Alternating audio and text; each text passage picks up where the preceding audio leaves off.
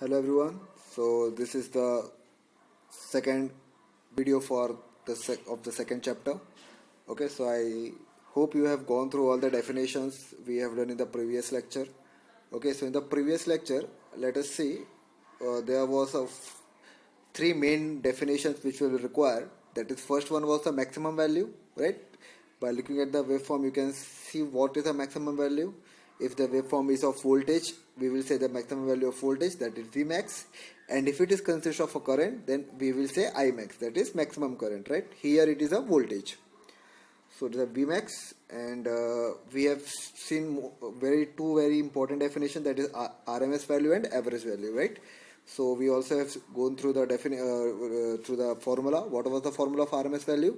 0.707 into maximum value, and for the average value it was 0.637 into maximum value, right? So let's see. Let's start with the form factor and peak factor. So what do you mean by form factor? Okay, so it is very simple. Just you have to remember that factor is always the ratio of the two same quantity, right? What do you mean by factor? Factor is always the ratio of the two quantity, basically of same unit. Okay, so form factor is nothing but it is the ratio of RMS value to the average value. What? RMS value to the average value of AC waveform. We have gone through both the terms. What do you mean by RMS and average? So when we will divide RMS by average, we will get form factor. Okay, so there is one small derivation. Sometimes they ask to find the value of the form factor. So it is very simple. If you know the formula, right? If you know the formula, you can find that. You can write your definition also. What is the formula? RMS value upon average value. Okay, what is the formula of RMS value? We have seen here 0.707 into maximum value. And what is the formula of average value? 0.637 into maximum value. So what will happen for the form factor when we will divide 0.707 into maximum value upon 0.637 into maximum value? What will happen? Maximum value and maximum value will get cancelled, and what will be remain? 0.707 into 0 upon 0.637. So when you will divide these two numbers, you will get 1.1. Okay, so this is your form factor. So remember, if in the exam it will be given that derive the form factor, define and derive, then you have to write the definition also, and you have to write these three steps also, right, to get the 2 marks or 4 marks, depends on how many marks the question is. So form factor, in short, remember form factor, RMS upon average, right? Now let us go. What do you mean by peak factor? Okay, so it is written very small. Form factor is means capital and small f, and peak factor is nothing but capital K and small p. Peak P. Okay. Peak factor is also known as crest factor, but most commonly it is a peak factor only. So let us see what do you mean by peak factor. As the name suggests, peak means maximum, right? So the ratio of the maximum value to the RMS value. The ratio of maximum value to RMS value of AC waveform is nothing but a peak factor. Okay. So again, just similarly like form factor, we will derive the value for peak factor also. Okay. What do you mean by peak factor? Maximum upon RMS. So what is the maximum upon RMS? You know the formula of RMS. Maximum value upon 0.707 into maximum value. So what will happen? Maximum value and maximum value will get cancelled. What will be the remain? 1 upon 0.707. So when you will divide, you will get 1.414. So this is the value for the peak factor. Okay. Will be there any unit for this? No. Why? Because it is a ratio of the same quantity, so the unit will get cancelled. Okay, so just remember one very important thing: factor has never any unit. Okay, you will not find any unit for factor. So these two definition are very very important from the exam point of view. Almost all the time they ask these two definition or any one definition out of these two. So just remember these two are very important definition. Okay, form factor and peak factor.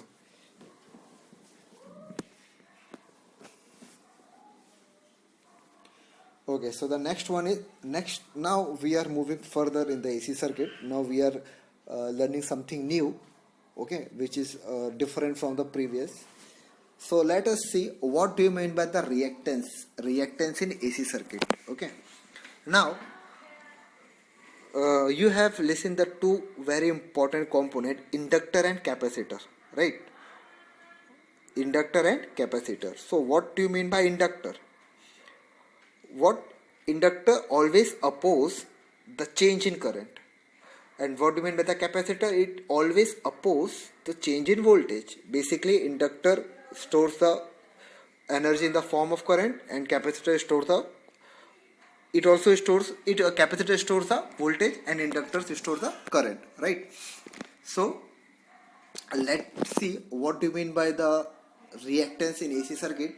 Now if a circuit consists of inductor, okay, now if the circuit consists of inductor, what will the inductor do? Inductor will store the energy, right? It is the main function of the inductor. But there is a one property. What is the property? When there is some change in the current, it will oppose that current. Okay, when there will be some change in the current, it will oppose that current. Okay, since it opposes the one word for what do you mean, the other word for the oppose is nothing but react, right? So we will say that the inductor is reacting, right? Because inductor is opposing the change in the current. It means that inductor is reacting. So that property is known as inductive reactance. Okay. Similarly, capacitor stores the voltage. So whenever there is some change in that circuit, okay, when there is some change in the voltage in which the capacitor consists, what will capacitor do? It will oppose the change in the voltage. Oppose means react. So that opposition, that property is nothing but a capacitive reactance which is producing by capacitor. Okay, so in the AC circuit there will be two types of reactance. One is capacitive reactance and one is inductive reactance, right? Reactance means oppose means cross. That is why it is means you can relate that, hence it is denoted by X, right? X means nothing but cross. So you can remember X by using this logic, that react means cross means oppose, that is why it is X. Okay, so reactance is X, and if the reactance is from capacitor, it will be XC, that is capacitive reactance, and if the reactance is from inductor, then it will be inductive reactance. Okay, XC and XL. So I hope you understand the two meaning of the, right, these two terms XL and XC. Just remember one thing, inductor is a component and inductive reactance is the property which is property of that inductor. Okay, capacitor is a component, capacitive reactance is a property. Okay, so let us see, there are two types of reactance, capacitive reactance XC and inductive reactance XL. The opposition to the current flow through an AC capacitor is a capacitive reactance, and the opposition to the current flow, basically there is some small mistake, this is not the proper definition. The opposition to the change in voltage, okay, the opposition to the change in voltage through AC capacitor is called as a capacitive reactance, and the opposition to the change in current through an AC inductor is called the inductive reactance.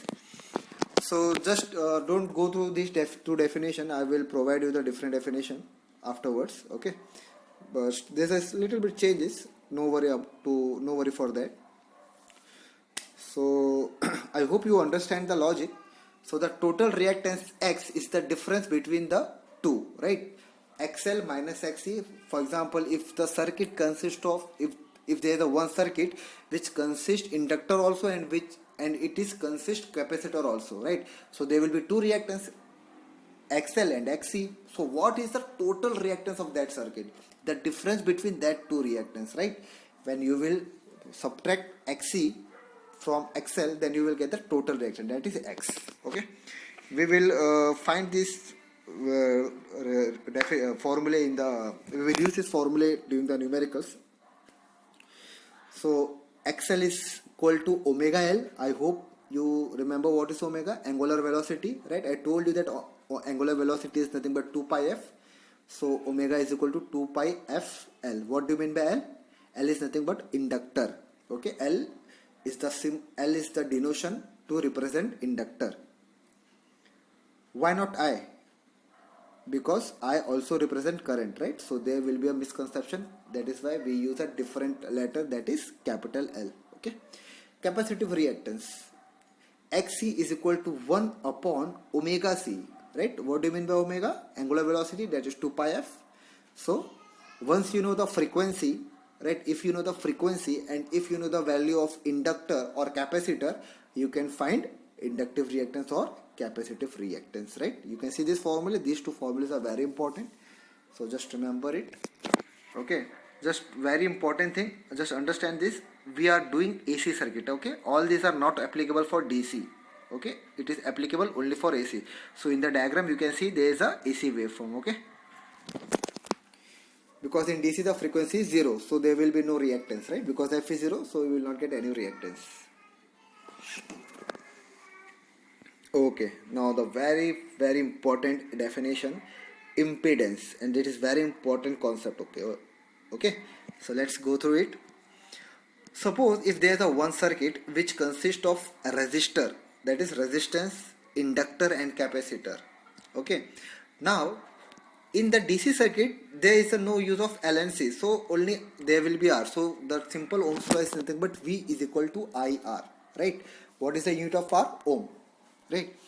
Now what happened here, in that AC circuit there is L and C also, right? So L, what L do? L also oppose the change in current and C oppose the change in voltage, and R oppose the change in current. Okay, just remember this very important, this concept. What R does? R oppose the current, right? What is the function of R? It opposes the current. But what is the function of XL? It don't oppose the current, it opposes the change in current. Okay. And what is the function of XC? It opposes a change in voltage. So basically R is also opposing, XL is also opposing, and XC is also opposing, right? So these three, the combination of these three opposition is nothing but impedance. Okay, understood? R opposes the current, L opposes the change in current, and C opposes the change in voltage. So the combination of R, L and C, in fact R, not L, XL, because XL is the opposition, and XC, the combination of R, inductive reactance X and capacitive reactance XC in the AC circuit is known as impedance. Okay, the impedance is denoted by Z, capital Z, and the unit of the impedance is ohm. Just I forgot to mention here, the unit of the XL and XC is also ohm, right? The unit of the L is Henry. Remember, the unit of the inductor is Henry. But XL, the unit of the XL is ohm. Okay, similarly the unit of the capacitor is farad. But the unit of the XC is ohm. Okay, because X means react means oppose, right? So always remember, if there is something which opposes it, its unit will be ohms, right? Just like resistance. Okay. So this is nothing but impedance.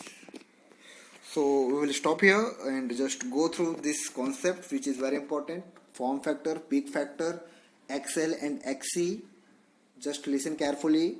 Go through once again XL and XC, the formulas.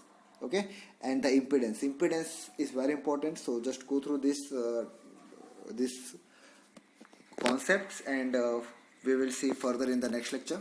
Okay, thank you.